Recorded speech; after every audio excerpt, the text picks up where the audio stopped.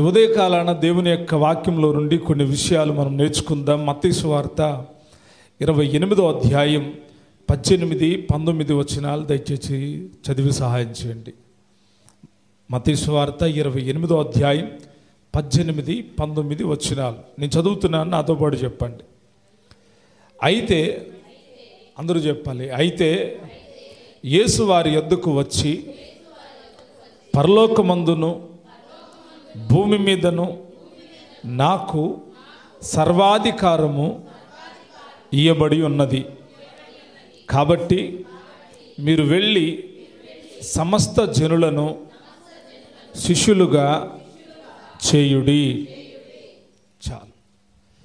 యేసుక్రీస్తు ప్రభువారు చనిపోయి తిరిగి లేచిన తరువాత ఆయన తన 11 మంది శిష్యుల్ని ఆ యొక్క గలిలయ కొండ మీదకు పిలిచి ఆయన చెప్తున్న ఉపదేశం ఇది. నాకు భూమి మీద సర్వాధికారం ఇవ్వబడి ఉన్నది, కాబట్టి మీరు వెళ్ళి సమస్త జనులను శిష్యులుగా చేయండి అని రాయబడి ఉంది. ఎందుకు యేసు ప్రభువారు ఈ మాటను చెప్తా ఉన్నాడు అంటే, వీరికి మొట్టమొదటి అనుభవం ఏంటంటే యేసుతో వీళ్ళకున్న అనుభవం, మొదటి అనుభవం వీళ్ళు శిష్యులు. ఎవరు వీరు? శిష్యులు. యేసు ప్రభువారికి ఆయన ఏర్పరచుకున్న 12 మంది శిష్యులు ఉన్నారు, అలాగే 70 మంది శిష్యులు ఉన్నారు. ఈ 70 మంది శిష్యులకి 12 మంది శిష్యులకి చాలా తేడా ఉంది. ఈ 12 మంది శిష్యులు ఎవళ్ళయ్యా అంటే అపోస్తలులు. ఆ విషయాన్ని మనం మత్తయి సువార్త 10వ అధ్యాయంలో చదివితే అక్కడ రాబడి ఉంటుంది. ఆ శిష్యులను పిలిచి ఆయన వారికి అధికారాన్ని ఇచ్చి వారిని అపోస్తలుగా ప్రకటిస్తాడు. ఎంతమంది శిష్యుల్ని? 12 మంది శిష్యుల్ని. 12 మంది కాక మరలా 70 మంది శిష్యులు ఉన్నారు. ఎంతమంది శిష్యులు ఉన్నారు? 70 మంది శిష్యులు ఉన్నారు. వీళ్ళని అపోస్తలు అనలేదు. ఆయన చివరిలో ఆరోహణమై వెళ్ళేటప్పుడు ముందుగా వారిని పిలిచి చెప్తున్న మాట, 11 మందిని పిలిచి వాళ్ళతో చెప్తున్న ఉపదేశం ఏంటి అంటే, ఇదిగో మీరు వెళ్ళి సమస్త జనులను శిష్యులుగా చేయండి. వాళ్ళకి ఎన్నో బాధ్యతలను యేసు ప్రభువారు తెలియజేశాడు. వారి భుజాల మీద ఉంచాడు. వారు ఏమేం చేయాలో తెలియజేశాడు. అయితే ప్రధానంగా వీళ్ళు ఏం చేయాలో యేసయ్య పునరుద్ధానం తర్వాత చెప్తున్న మాట చాలా విశేషమైనటువంటి మాట. ఈ 11 మందికి బాధ్యతను అప్పగిస్తున్నాడు. ఎందుకంటే యూదా ఇస్కరియోతు లేడు, యూదా ఇస్కరియోతు తప్పిపోయాడు. యూదా ఇస్కరియోతు తాను రావలసిన త్రోవలో వేరొక మార్గంలో వెళ్ళిపోయాడు. అప్పటికి యూదా ఇస్కరియోతు లేడు, చనిపోయాడు. ఏమైపోయాడు? చనిపోయాడు. కాబట్టి 11 మందికి ఈ బాధ్యతను యేసయ్య అప్పగిస్తూ ఉన్నాడు. ఏమనంటే, మీరు వెళ్ళి సమస్త జనులను శిష్యులుగా చేయండి. ఏం చేయండి? శిష్యులుగా చేయండి. వీళ్ళకి దేవుడు మొట్టమొదటి ఇచ్చిన అర్హత ఏంటంటే శిష్యులుగా ఆయన వాళ్ళని చూశాడు. మరి మనమేమై ఉన్నామంటే, దేవుని పిల్లలమైన మనం యోహాను సువార్త 1వ అధ్యాయం 12వ వచనంలో రాయబడిన రీతిగా తన్ను విశ్వసించు వారందరికీ, ఈ మాటను మనం చాలాసార్లు చదువుతూ ఉన్నాం, తనను విశ్వసించుచున్న వారందరికీ దేవుడు తన పిల్లలగుటకు ఆయన అధికారమును అనుగ్రహించాను. అంటే ఇక్కడ కూడా తేడా ఉందా? అవును, తేడా ఉంది. దేవుని సన్నిధికి వచ్చే వాళ్ళందరూ శిష్యులు కాదు. దేవుని సన్నిధికి వచ్చేవారిలో, ఆయన దగ్గరకు వచ్చేవారిలో ఒక గుంపు వారు ఉన్నారు. ఎవరంటే వాళ్ళు దేవుని మీద విశ్వాసం ఉంచిన దేవుని పిల్లలు. అందరూ చెప్పాలి, ఏ పిల్లలు? దేవుని పిల్లలు. ఈ దేవుని పిల్లలు అనేటువంటి అనుభవంలోనే క్రైస్తవులు ఉండిపోవడానికి, లేక దేవుని పిల్లలు ఉండడం దేవుడి యొక్క ఉద్దేశం కాదు. మరి ఎలాగా అభివృద్ధి చెందాలి అంటే, ఈ 11 మందికి చెప్తున్నాడు, మీరు వెళ్ళి సమస్త జనులను నాకు అనగా ఆయనకి శిష్యులుగా చేయాలి. ఎవరికి శిష్యులుగా అంటే దేవునికే, యేసయ్యకి శిష్యులుగా చేయాలి. శిష్యులుగా తయారు చేయడము అనేది గొప్ప పని. శిష్యులు కావడం అనేది కూడా గొప్ప పని.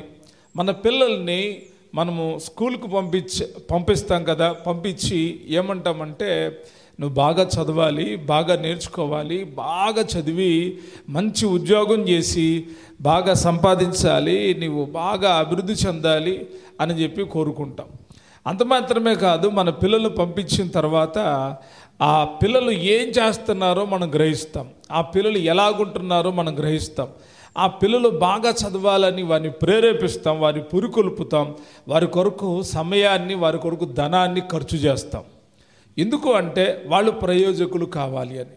యేసయ్య కూడా ఏమంటున్నాడంటే, మీరు వెళ్ళి సమస్త జనులను, ఎవరినంట, ఒక జాతి వారిని కాదు, మీ ఇంటి పేరటోళ్ళు కాదు, మీ కుటుంబస్తులను కాదు, మీ రక్త సంబంధికులు మాత్రమే కాదు, ఒక యూదులను మాత్రమే కాదు, లేకపోతే సమరయులను మాత్రమే కాదు, ఇంకా పరిశీలన మాత్రమే కాదు, సద్దుకేళ్ళు మాత్రమే కాదు, మీరు వెళ్ళి సమస్త జనులను, సమస్త జనులు అంటే మనిషిగా పుట్టిన ప్రతి ఒక్కళ్ళని మీరు శిష్యులుగా చేయాలి.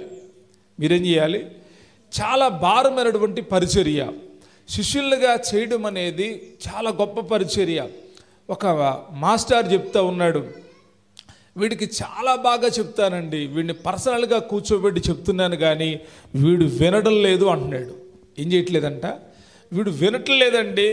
అదిగో ఆ అబ్బాయి చూడు బాగా వింటున్నాడు, ఇదిగో ఈ అమ్మాయి చూడు బాగా వింటుంది, ఇతను చూడు బాగా వింటున్నాడు, కానీ వీడికి ఎంత చెప్పినా వినట్లేదండి, మూర్ఖుల్లాగా ఉంటున్నాడు అని అంటే ఆ తల్లిదండ్రులు అన్నారు, బాబు ఎలాగోలా మా కొడుకుని మార్చండి, మా కొడుకుని ఎలాగోలా చదివేటట్టు చేయండి అంటే చూడండి, ఆ స్కూల్లో ఉన్న వాళ్ళందరూ బాగా చదవడానికే ప్రయత్నం చేస్తారు. కొందరు అలర్ట్తో ఉంటారు, వాళ్ళు చదువు నేర్చుకోలేరు. మరి కొంతమంది ఉంటారు, వాళ్ళు ఏదో చదువుతున్నామనే పేరుకి చదువుతారు. కొందరు ఉంటారు పర్ఫెక్ట్గా చదువుతారు. వాళ్ళ యొక్క మార్కులు ఎలాగుంటాయంటే ఫస్ట్ క్లాసు సెకండ్ క్లాసులో ఉంటాయి. ఎలాగుంటాయి? ఫస్ట్ క్లాసు సెకండ్ క్లాసులో ఉంటాయి. పర్ఫెక్ట్గా చదువుతారు. ఎలా చదువుతారు? పర్ఫెక్ట్గా చదువుతారు. మన ఆధ్యాత్మిక జీవితం కూడా అంతే. మనము నేర్చుకున్న దాన్ని బట్టి, మనం ప్రయాసపడే దాన్ని బట్టి మనలో ఆత్మీయత అనేటువంటిది పెరుగుతూ ఉంటుంది. ఆత్మీయత మనలో నుంచి పెరుగుతూ ఉంటుంది. యేసయ్య ఏమన్నాడంటే, ఒక గొప్ప బాధ్యతని 11 మంది మీద పెడతా ఉన్నాడు. ఈ 11 మందితో చెప్తున్నాడు, మీరు వెళ్ళి సమస్త జనులను, ఎవరినంట? సమస్త జనులను శిష్యులుగా చేయండి. ఎలాగ సాధ్యమవుతుంది? యేసయ్యకు శిష్యులు కావడం అనేది చాలా ప్రాముఖ్యమైనటువంటి విషయం. విశ్వాసం అందరూ ఉంచుతారు, దెయ్యాలు నమ్మి వణుకుతున్నాయి అంట. దెయ్యాలు ఏమవుతున్నాయి?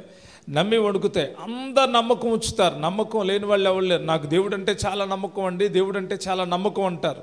వీళ్ళందరూ ఎవరు అంటే పిల్లల్లాగా ఉండాలి అని అనుకునే వాళ్ళు ఎంతమంది ఉన్నారు మీలో? ఎవరు అనుకోరు. మా పిల్లలు ఎదగాలి అనుకుంటారా, ఎదగకూడదు అనుకుంటారా? చెప్పండి. ఒక తండ్రి 2 కొడుకులైతే ఆ పిల్లల్ని పొద్దున్నే లేపి ఎక్సర్సైజ్ చేపిస్తున్నాడు. ఏం చేపిస్తున్నాడు? ఎక్సర్సైజ్ చేపిస్తున్నాడు. ఒకరోజు ప్రేయర్ చేయడానికి వెళ్ళాం. ఏం బ్రదర్ ఏంటి ఎక్సర్సైజ్లు చేపిస్తున్నారంటే, పాస్టర్ గారు వీళ్ళు నాకంటే పొట్టుగా తట్టుకున్నారండి. ఏమంటున్నాడు? నాకంటే పొట్టుగా తట్టుకున్నారు, వీళ్ళు ఇప్పుడే ఎదగట్లేదండి, వీళ్ళు ఏమవ్వాలి? ఎదగాలండి, వీళ్ళకి అందుకే ఎక్సర్సైజ్లు చేపిస్తున్నాను అన్నాడు. నీ అంత ఉంటేమైంది? అందరు నన్ను చూసి ఇప్పటికే పొట్టోడు అంటున్నారు, ఇంకా నా పిల్లలు పొట్టుగా ఉంటే పొట్టుగా అయిపోతారండి, కాబట్టి మా పిల్లలు ఏం కావాలి? పొడుగ్గా కావాలి. ఏం కావాలి? ఎదగాలని కోరుకుంటున్నారు. ఎదగాలనే ఆలోచన ఎవరికుండా చెప్పండి? ఉండదా? మీ పిల్లలు పొట్టుగానే ఉంటున్నారనుకో, మీరేమనుకుంటారు? ఎట్టగట్ట ఉండండి అనుకుంటారా? అనుకుంటారు కొద్దిమంది. ఆడే పెరుగుతారులేండి, వాళ్ళే పెరుగుతారులేండి అని వదిలేస్తారు. అలా కాకుండా కొంతమంది శ్రద్ధ తీసుకొని మా పిల్లలు ఎదగాలి అని అనుకుంటారు. వాళ్ళు శారీరకంగా ఎదగాలి అనుకుంటారు, అలాగే చదువులో కూడా ఎదగాలి అని అనుకుంటారు. ఎదగాలి అనేటువంటి ఆలోచన చాలా ప్రాముఖ్యమైనది. యేసయ్య కూడా ఏం చెప్తున్నాడంటే, మీరు సమస్త జనులను శిష్యులుగా చేయండి. ఏం చేయండి? శిష్యులుగా చేయండి. మీరు గురువులని అనిపించుకోవద్దు. కానీ మీ పని ఏంటంటే మీరు శిష్యులుగా చేయడం అనేది మీ పని. మరి వీళ్ళు బోధ చేస్తూ ఉన్నప్పుడు బోధకులు అవుతారు కదా. ఏమవుతారు? బోధ చేస్తున్నప్పుడు బోధకులు అవుతారు. యేసయ్య అంటాడు, మీరు బోధకులని పిలిపించుకోవద్దు అంటాడు. ఏమంటాడు? మీరు బోధకులని పిలిపించుకోవద్దు అంటాడు, గురువులని పిలిపించుకోవద్దు అంటాడు, తండ్రులని పిలిపించుకోవద్దు అంటాడు. ఆయనే వాక్యం, ఆయన సృష్టికి వెళ్ళి, సర్వసృష్టికి వెళ్ళి సువార్తను ప్రకటించమంటున్నాడు. సమస్త జనులు శిష్యులుగా చేయమంటున్నాడు. ఆయన ఏమంటున్నాడంటే, మరలా మీరు బోధకులను పిలిపించుకోవద్దు, తండ్రిని పిలిపించుకోవద్దు అని ఆయనే చెప్తున్నాడు. మరి ఏమనాలి? గురువులు అనాలా? గురువు గారు అన్న అవసరం లేదు. యేసుప్రభు వారు ఉన్న కాలంలో కూడా యేసుప్రభు వారి దగ్గరికి యోహాను శిష్యులు వచ్చారంట. ఏ శిష్యులు వచ్చారు? యోహాను శిష్యులు వచ్చి, ప్రభువా రాబోవాడు నీవేనా? మేము ఎవరి కోసమైనా ఎదురు చూడాలా అంటున్నారు. ఎవరి శిష్యులు అంటే వీళ్ళు యేసుప్రభు వారి శిష్యులు కాదు. వీళ్ళు ఎవరి శిష్యులు? యోహాను శిష్యులు. ఇలాగా బోధించే వాళ్ళకి శిష్యులుగా ఉండడం అనేది ఒక అనుభవం. బోధించే వాళ్ళ దగ్గర శిష్యత్వం చేయడం అనేది ఒక అనుభవం. కానీ యేసయ్య ఏమన్నాడంటే, మీరు వెళ్ళి సమస్త జనులను శిష్యులుగా చేయండి. నేను ఎలాగా మీకు ఏ సంగతులు నేను ఎలాగా మిమ్మల్ని శిష్యులుగా ఎంచుకున్నానో అదే రీతిగా సమస్త జనులను నాకు శిష్యులుగా చేయండి. అక్కడ అంటాడు, నేను మీకు ఏ సంగతులను బోధించానో, నేను మీకు ఏ సంగతులను తెలియజేశానో వాటన్నిటిని వాళ్ళకి తెలియచేయండి. అప్పుడు వారు ఏమవుతారు అంటే శిష్యులు అవుతారు. ఏమవుతారు? శిష్యులు అవుతారు. ఏం చేస్తే శిష్యులు అవుతారు? ఆయన చెప్పిన మాటల్ని యాస్టీజ్గా ఆ యొక్క మాటల్ని ప్రజలకు తెలియజేసినప్పుడు ప్రజలు శిష్యులు అవుతారు. ఏమవుతారు? శిష్యులు అవుతారు. కాబట్టి యేసయ్య యొక్క గొప్ప ఉద్దేశం ఆ యొక్క శిష్యులకు 11 మందికి తెలియజేశాడు. వాళ్ళతో చెప్పాడు, మీరు వెళ్ళి సమస్త జనులను శిష్యులుగా చేయండి అన్నాడు. ఎలా సాధ్యమవుతుందా అంటే సాధ్యమవుతుంది. యేసయ్య ఉన్న దినాల్లోనే ఆయన శిష్యులు అనేటువంటి వాళ్ళు ఏ రీతిగా ఉండాలో ఆయన తెలియజేశాడు. వాళ్ళతో కూడా చెప్పాడు, మీరు ఇది చేస్తేనే నా శిష్యులుగా ఉంటారు, మీరు ఇలాగ చేయాలి, మీరు ఇలాగ జీవించాలి, మీరు ఇలాగ బ్రతకాలి, మీరు ఇలాగ నడుచుకోవాలని యేసయ్య చెప్పిన శిష్యులుగా ఉండడానికి కొరకు ఆయన చేసినటువంటి ఉపదేశాన్ని ఈ ఉదయకాలాన మనం నేర్చుకుందాం. చదువుదాం. మొట్టమొదటిగా యోహాను సువార్త 8వ అధ్యాయం 31వ వచనం. కాబట్టి యేసు తనను నమ్మిన యూదులతో, మీరు నా వాక్యమందు నిలిచిన వారైతే నిజముగా నాకు శిష్యులయ్యుండి సత్యమును గ్రహించెదరు. యేసయ్య స్వహాగా చెప్తున్నటువంటి మాట, యేసు ప్రభు వారు చెప్తున్న మాట ఏంటి అంటే, తను నమ్మిన యూదులతో మీరు నా వాక్యమందు నిలిచిన వారైతే నిజముగా నాకు శిష్యులై ఉంటారు. ఏంటంటే శిష్యులు అవ్వడానికి ఎన్నో రకాలైనటువంటి అనుభవాలు ఉన్నాయి. ఆ అనుభవాలలో ఉపదేశ క్రమంలో ఒక విషయాన్ని మనం ధ్యానిస్తూ ఉన్నాం. మీరు శిష్యులుగా ఉండాలి అంటే మీరు ఏమవ్వాలి? నా వాక్యమందు నిలిచి ఉండాలి. వాక్యములో నిలిచి ఉండడం ఏంటి? వాక్యములో నిలిచి ఉంటేనే శిష్యులు అవుతారా? యేసయ్య అంటున్నాడు, అవును, మీరు నా వాక్యమందు నిలిచిన వారైతే నిజముగా. ఎలాగంట? శిష్యులు నిజమైన శిష్యులు నమ్మకమైన శిష్యులు. ఇక్కడ యేసయ్య నిజముగా నాకు శిష్యులై ఉంటారు.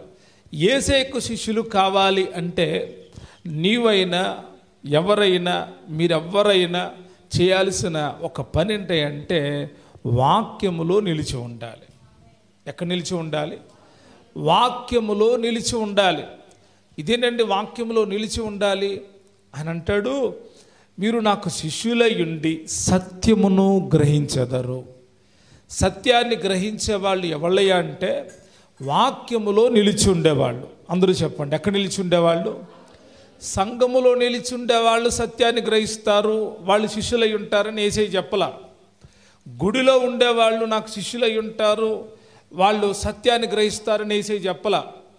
కాబట్టి సమాజంలో నా కొరకు నిలబడ్డారు కాబట్టి వీళ్ళు నాకు శిష్యులు అని యేసయ్య చెప్పలా.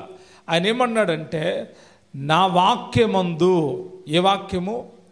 వాక్యాలు రకరకాలు ఉంటాయి. సైతాను కూడా వాక్యం చెప్తుంది. ఎవరు వాక్యం చెప్తారు?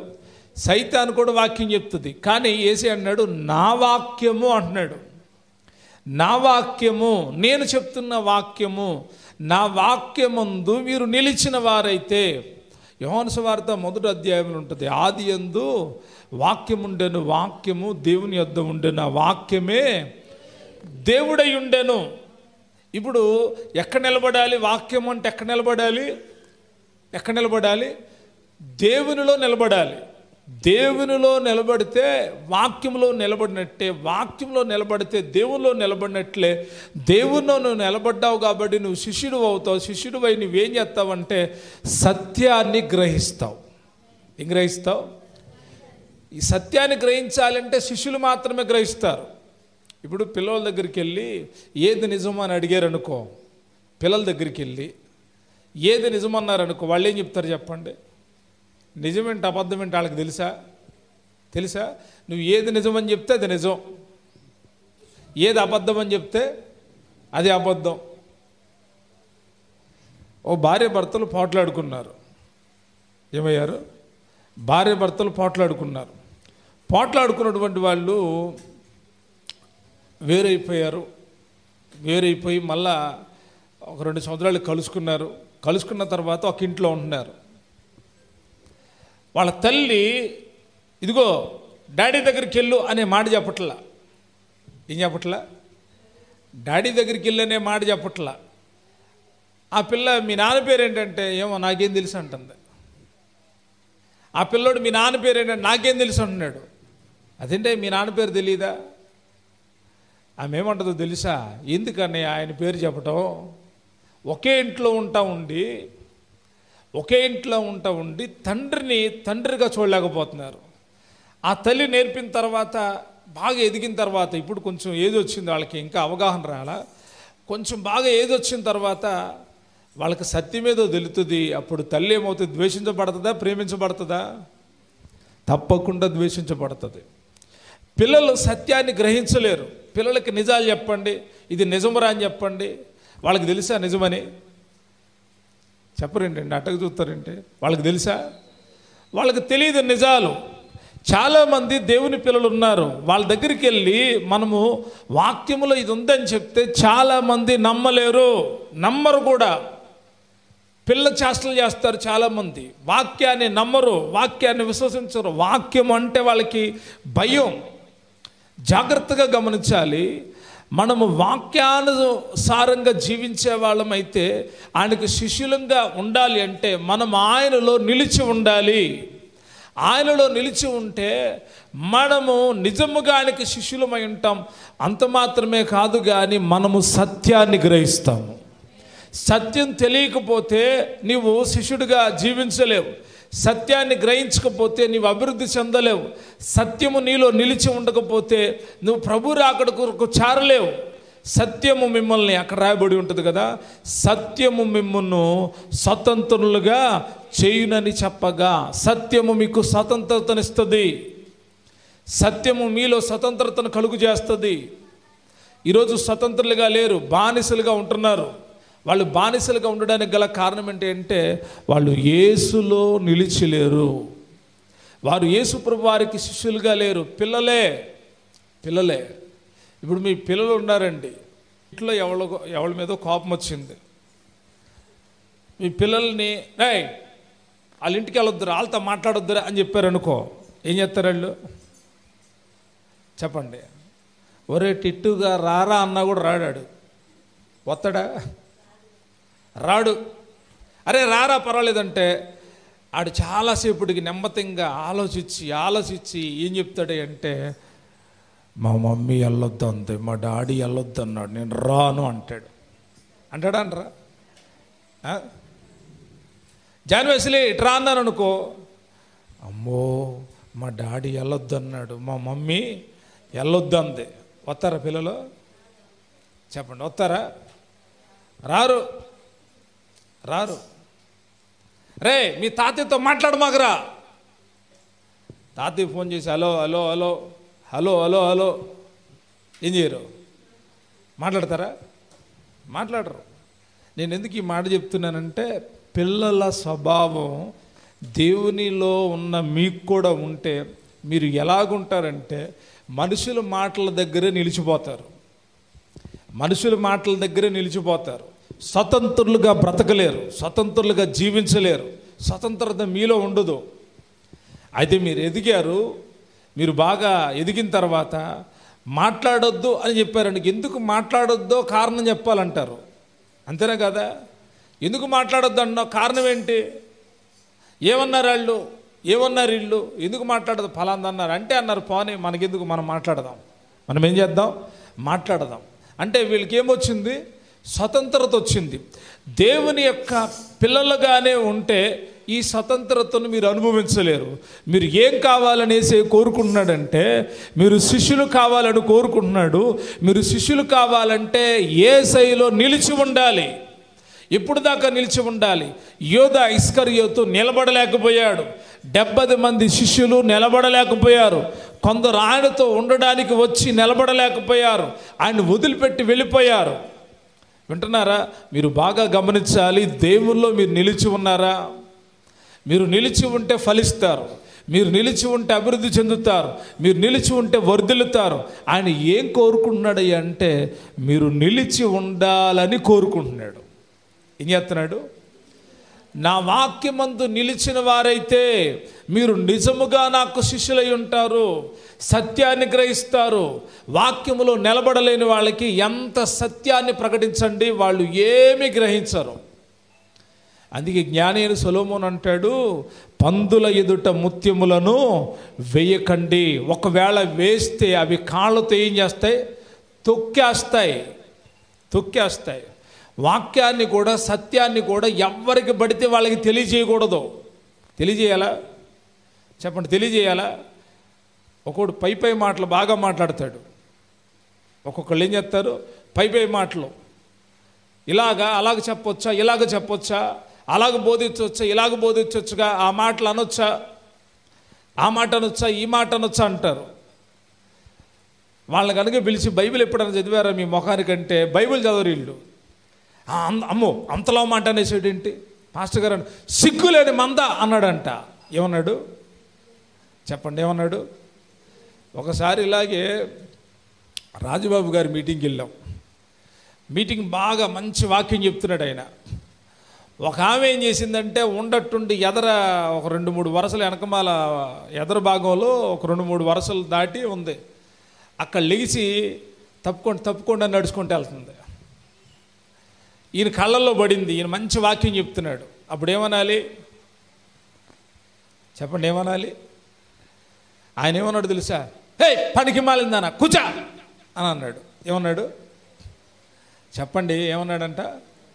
అన్నాడంట కాదు, నేను సహాగా ఉన్నా అక్కడ. పనికి మాలిందానా కూచా అని అనంగాలనే కూచోట్లా నడుచుకుంటూ వెళ్తుంది. ఇబ్బంది ఉండడం పెద్ద విషయం కాదు, కానీ ముందుగానే జాగ్రత్త పడి ఉండాలి. అంటే దేవుని యొక్క వాక్యం వినేటప్పుడు అంత శ్రద్ధ కలిగి ఉండాలి. ఆమె చెప్పిందంట, పెద్ద పాస్టర్ గారు ఏంటంట అంటున్నాడు. ఏనంట? ఎప్పుడన్నా బైబిల్ చదివితే కదా, బైబిల్లో ఉన్న భయంకరమైన మాటలు మీరు చదివితే లెంపలు కొట్టుకుంటారు.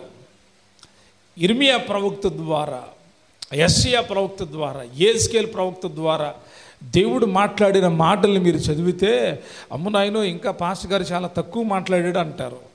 ఈ చదువు లేని బ్యాచ్ ఉంటారు కదా, బైబిల్ చదవని బ్యాచ్, వీళ్ళు ఏమంటారంటే వక్రీకరించి నలుగురు చెప్తారు, పాస్టర్ గారు సరిగ్గా చెప్పట్లేదండి, పాస్టర్ గారి కోపం ఎక్కువ, ఆవేశం ఎక్కువ అని అంటారు. కోపం లేకుండా యేసయ్య బోధ చేశాడారా అంటే దానికి సౌండ్ ఉండదు. ఆయన కోపడ్డాడు, ఆయన బోధలో కోపం ఉంది, అపోస్తులు కూడా రోషం కలిగి బోధ చేశారా లేదంటే దానికి ఏం సమాధానం చెప్పరు వీళ్ళు. ఎందుకంటే వీళ్ళు బైబిల్ చదవరు. జాగ్రత్తగా ఉండండి. ఇటువంటి పనికి మాలిన వాళ్ళకి సత్యం నేర్పాలి అనుకుంటే నేర్చుకోలేరు. వింటున్నారా? వినే వాళ్ళకి వాక్యం చెప్పండి, వినే వాళ్ళకి ఉపదేశం చేయండి, వినే వాళ్ళకి సత్యం చెప్పండి, వాళ్ళు నమ్ముతారు. సత్యాన్ని అందరికీ చెప్తే నమ్మరు. ఇది వాస్తవం అని చెప్తే నమ్ముతారా? చెప్పండి, నమ్ముతారా? ఒరే నాయన ఇదిరే వాస్తవం, ఇది అది అబద్ధం, ఇది వాస్తవం అని చెప్తే నమ్మట్లా. ఎందుకో తెలిసి వీళ్ళెవరిలో పిల్లలు వీళ్ళు గ్రహించుకోలేని పందులు ఇవి. క్షమించండి, అంత మాట అంటున్నానని అనుకోమాకండి. గ్రహించలేని పందులు ఇవి. వీటి దగ్గర ముత్యాలు వేస్తే కాళ్ళతో దొక్కేస్తాయి. వీటికి పెంట అంటే ఇష్టం కానీ ముత్యాలంటే ఇష్టం ఉండవు. అంతేనా? పంది పనికి మాలింది ఉంటుంది కానీ పంది దగ్గర ముత్యాలు వేశారనుకోండి, ఏమన్నా విలువ ఉంటుందా? దేవుని యొక్క వాక్యాన్ని కూడా, సత్యాన్ని కూడా ఎక్కడ పడితే అక్కడ వేస్తే విలువ ఉండదు. అది వేయాల్సిన చోటే ఆ విలువైన ముత్యాలు ఉంచితే వాళ్ళు ప్రభు రాకొడుకు అలంకరించబడతారు. కొందరు మూర్ఖులు ఉంటారు, వితండవాదులు ఉంటారు, విరోధ భావం కలిగిన వాళ్ళు. వాళ్ళ మీద మూర్ఖపు ఆత్మ ఉంచుతారంట దేవుడికి. వాళ్ళు మూర్ఖులే, వాళ్ళు గ్రహించరే. వాళ్ళ మీద వాళ్ళు ఎన్ని సత్యం నువ్వు చెప్దాం అనుకున్న వాళ్ళు వినరాళ్ళు. ఇది నిజమని చెప్పి కళ్ళతో ప్రూఫ్లు చూపించినా కూడా నమ్మరు. సత్యాన్ని గ్రహించే శక్తి దేవుడు తన శిష్యులకు ఇచ్చాడు. ఆయన శిష్యులైనటువంటి వాళ్ళు మాత్రమే సత్యాన్ని గ్రహిస్తారు. ఎవరు ఆయన శిష్యులు అంటే ఆయనలో నిలిచి ఉండేవాళ్ళు, ఆయనతో నిలిచి ఉండేవాళ్ళు, ఆయనలో నిలిచి ఉండేవాళ్ళు మాత్రమే ఆయనకు శిష్యులు. వారు సత్యాన్ని గ్రహిస్తారు. నువ్వు నిలిచి ఉన్నావో లేదో నేను పరీక్షించుకో. ఇది మొదటి అనుభవం.